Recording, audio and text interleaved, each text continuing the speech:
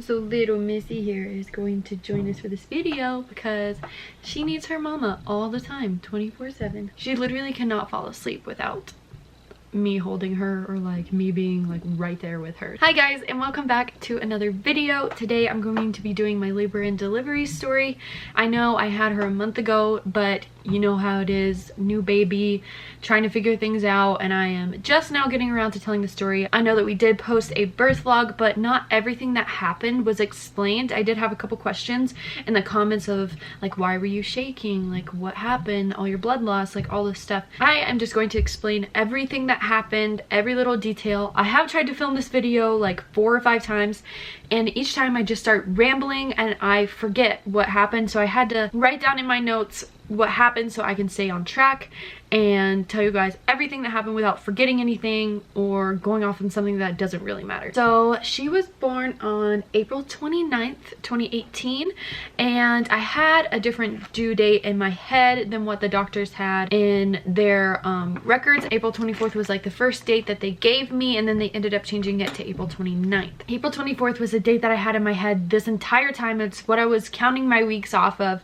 I mean, it was only 5 days before the due date that the doctors had. I was like, whatever, like if I think that she's gonna be here sooner, then she may come sooner. But that is not the case at all. About a week before I went into labor, I started doing everything that the internet would say would help you go into labor. I was walking, I drank castor oil. I have a video of me doing that, and it was honestly the worst thing in the entire world. It tasted bad, it didn't help me at all. It only made me go to the bathroom all night long. Highly do not recommend. I know it works for some people, but it did not work for me, and if it doesn't work, it was awful. I was dancing, bouncing on a ball, all the stuff that the internet says. If you are pregnant now and you are about to have a baby, I would say if you're thinking about like what's gonna make you go into labor or what's gonna help you go into labor, honestly just relax and rest, because it just tires you out and it gets your hopes up like maybe this will help me. But honestly, it just like made me so discouraged. So I just recommend that you just do you just let that baby come. About 4 or 5 days before I went into labor, I had a doctor's appointment, and I was 2 centimeters dilated, so that was encouraging for me to know that I was progressing. 2 nights before I went into labor, I was bouncing on the physical therapy ball. I don't know if that is what did it for me, what put me into labor, but it was comfortable for me to sit on it. I don't know what it is about like the whole bouncing or sitting on it, but it just like it felt so much better than like sitting in a chair or sitting on a bed. So I would sit on it, and the internet said that that could help you go into labor. So I was like, why not? Because it feels good to sit on and it may help me go into labor. So I bounced on it for about 2 hours the night before I went into labor, or I guess like 4 or 5 hours before I went into labor, because we would stay up late. Like we would stay up until like 11 or 12 o'clock. I woke up at 3 o'clock to back pain. So I guess like 4 or 5 hours before I went into labor, I was bouncing on that ball. So like I said, I woke up at 3 a.m. to just some back pain, but that was normal for me just being 40 weeks pregnant. I would wake up to back pain all the time, so I just went to the bathroom and went back to sleep. At 3:30, I woke up to a contraction. Now, the ones that I had before were just Braxton Hicks, where I would feel tightening in my stomach, and sometimes I would get out of breath and my heart would race, but that was normal for me. I have a high heart rate anyway. But these were actually like, they weren't extremely painful, but they had some pain with them too. It had like whenever it would tighten, it would get more and more painful, and then it would kind of loosen up. So I was like, okay, that was an actual contraction. I stayed up from that point on just because I didn't want it to stop. I was like, I need to do whatever I need to do to keep this going. So I started looking up on the internet, like what do contractions feel like? What does real labor feel like? What do I need to do to keep it going? I read that if you take a shower, that if it is false labor, then it will stop, but if it's real labor, it will speed up the process. I was a little bit scared to do that because I was afraid that it wasn't real labor. So I waited until 5:30, and I was like, okay, this isn't stopping. They're about 8 to 10 minutes apart, but it wasn't stopping. So I was like, okay, I'm gonna take a shower, because at this point I want to know if it's real. If it's not, I want to go back to sleep. If it is, then let's get this thing going. When I got out of the shower, they were about 6 minutes apart then, and so I was like, oh crap, like this is real, this is the real deal, I guess. And they started to get pretty painful, where I would have to kind of breathe through them. Yeah, I know, it hurt. You hurt me a little bit. Are you awake now? Hi. So from that point, it was probably almost about 6 o'clock when I got out of the shower, or when I got dressed and everything. and I waited from 6 o'clock to 7 o'clock. My contractions went from 6 minutes apart to 3 minutes apart. And at that point I was like, oh my god, the doctor was saying that if you couldn't walk or breathe through them and they were 3 to 5 minutes apart or something like that for an hour, then you need to come to the hospital. Once they hit 3 minutes apart, I woke up Ben and I was like, hey, I think you're gonna be a dad today. He was like, oh my gosh, are you serious? Are you serious? This is happening? I was like, yes, I know, like finally, right? He's like, well, have you told your mom? I'm like, no, you're the first person I've told. He goes, Katie, your contractions are 3 minutes apart, like we need to go to the hospital now. And I was like, no, it's fine, relax, like we still have time. The baby's not going to be here for a long time, so it's okay. So he goes up and gets my mom and he's freaking out. He's putting stuff in the car, he's getting ready himself, and I'm over here like straightening my hair and doing my makeup, and every time I'd have a contraction I'd stop and like bend over like so I just finished getting ready. It took me about like an hour or so. So at that point I was having contractions every 3 minutes for about an hour. We packed up and went to the hospital and got to the hospital around 8:45, and when we got to the hospital, for some reason my contractions felt even worse. They were just getting stronger and stronger, and I realized what everybody was going through when they say like that's the worst pain that you've ever felt. It is so true. It is the worst pain that you've ever felt. And for all those mamas who are first-time moms and you don't know what to look out for, what contractions feel like, trust me, I know everybody says that you will know, but you will know when it is the real deal. You will know. I know I was like really questioning in the days prior, like, oh my gosh, is this it? Is this it? No, girl, no. You will know when it is the real thing. So the nurse came in and checked me when I got there, and I was at 3 centimeters dilated. I knew that I had made some progress from a couple days before when I was 2 centimeters dilated. So she told me that she was gonna let me labor for an hour, and then she would come back and check me and see if I had progressed any further. When she came back an hour later, I was still at 3 centimeters, which, let me tell you, that is the most frustrating thing in the entire world. My biggest fear was that I was going to be sent home, that it wasn't real. I was going to be sent home, I was going to have a baby at home. But she's like, well, I can tell that your contractions are strong and that you're in pain. I'm like, yeah, girl, I'm in lots of pain. So she said that she was going to let me labor for another hour and then check me again. But at this point, I was like, maybe this birthing ball or physical therapy ball thing did something and helped me out. So I requested to have a physical therapy ball that I could bounce on while I was in labor. They gave me one of those and I bounced on that for an hour and labored on that for an hour, and when they came back I was 4 centimeters dilated and I was dying. Let me tell you, the epidural was the only thing that I had on my mind. She was like, okay, well we'll get you checked in and get you ready to go. And I was like, well, when can I have my epidural? She's like, well, whenever you get into your room, then we'll request the anesthesiologist to come and get you your epidural. I was like, well, when am I getting my room? And she's like, well, we're getting it ready for you and it'll be about 30 minutes. Okay. I was so mad. I was like, oh my gosh, I am in so much pain. It's gonna be 30 more minutes before I can even get a request for an epidural. Luckily for me, about 5 minutes later, they showed up in the room with a wheelchair and they took me over to my room. Again, luckily for me, about 10 minutes later, the anesthesiologist was in the room and I already had my epidural. The epidural was one of the things that I was so incredibly scared to get. I was so scared about the needle or how it was gonna feel because it was going into your spine. But for all those who are scared, I didn't feel anything. The only thing I felt was like a little pinch, like a little shot for the numbing needle to go in, and then some warmth like flush through the bottom half of my body, like in my butt area. I just felt it like really warm whenever he put the medicine in, I guess. He got me all taped up, and immediately after I had that epidural, I was like, girl, I could have 20 more babies if it's like this. It was the best thing in the entire world.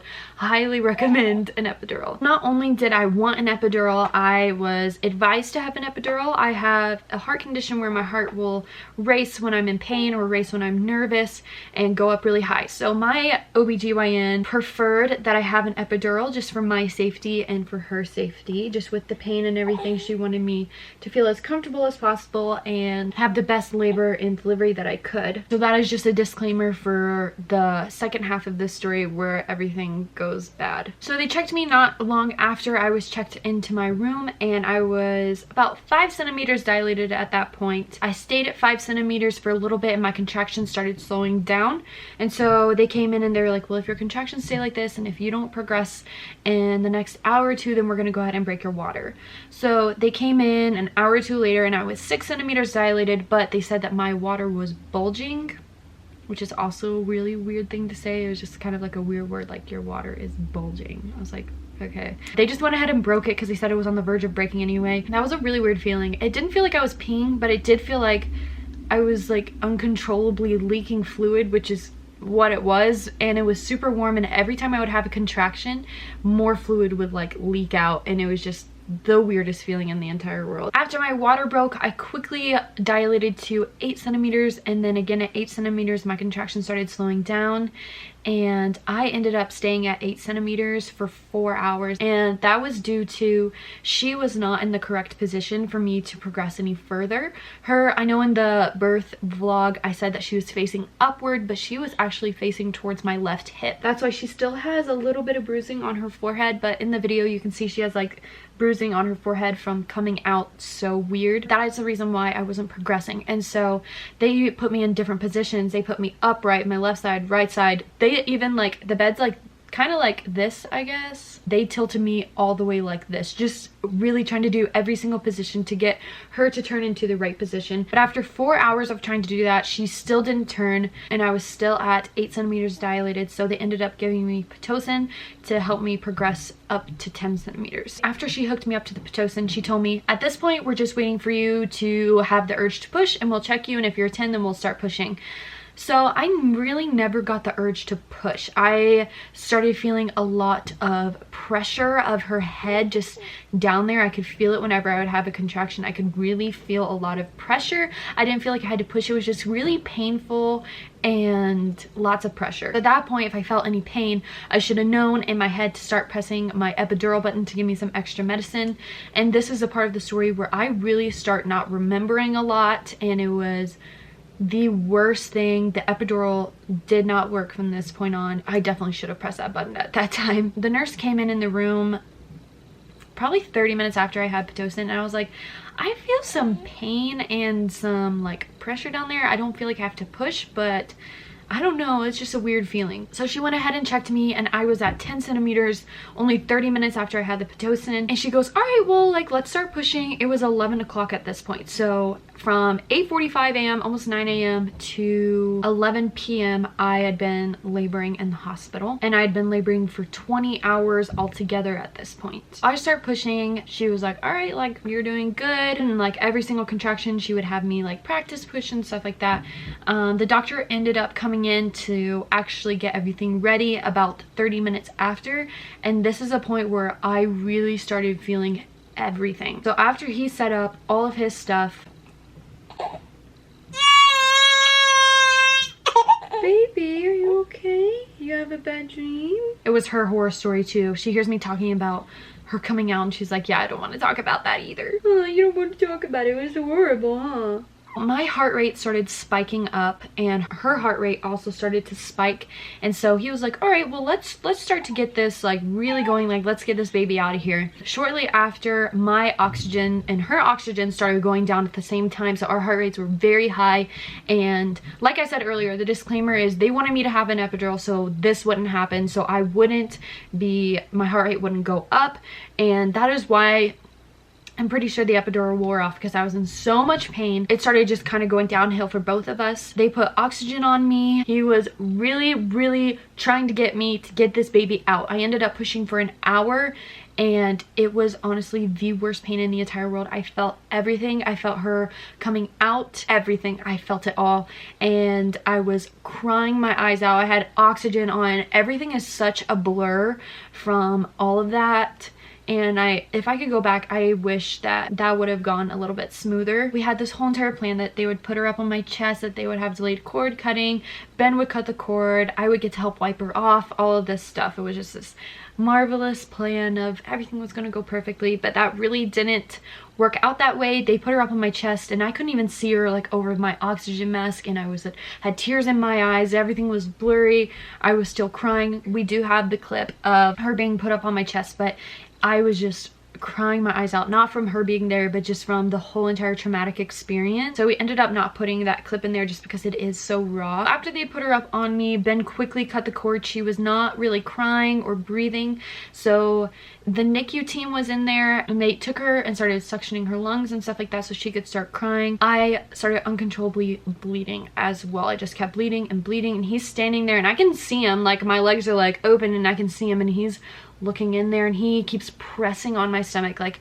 so hard, and I could, like, TMI, but I could feel like all these like clots and stuff coming out. He starts, you know, calmly telling the nurse, well, we need to give her some of whatever it was. So they give me 3 pills to take. It was to stop myself from bleeding, and whenever that didn't work, he was like, okay, well, we need to order this. And it was some kind of shot that they put in my leg that would help me stop bleeding. But when the shot ended up coming, I had already slowed down a little bit, so he held off on that. I did not tear. I did not tear at all, which, praise God, I did not tear.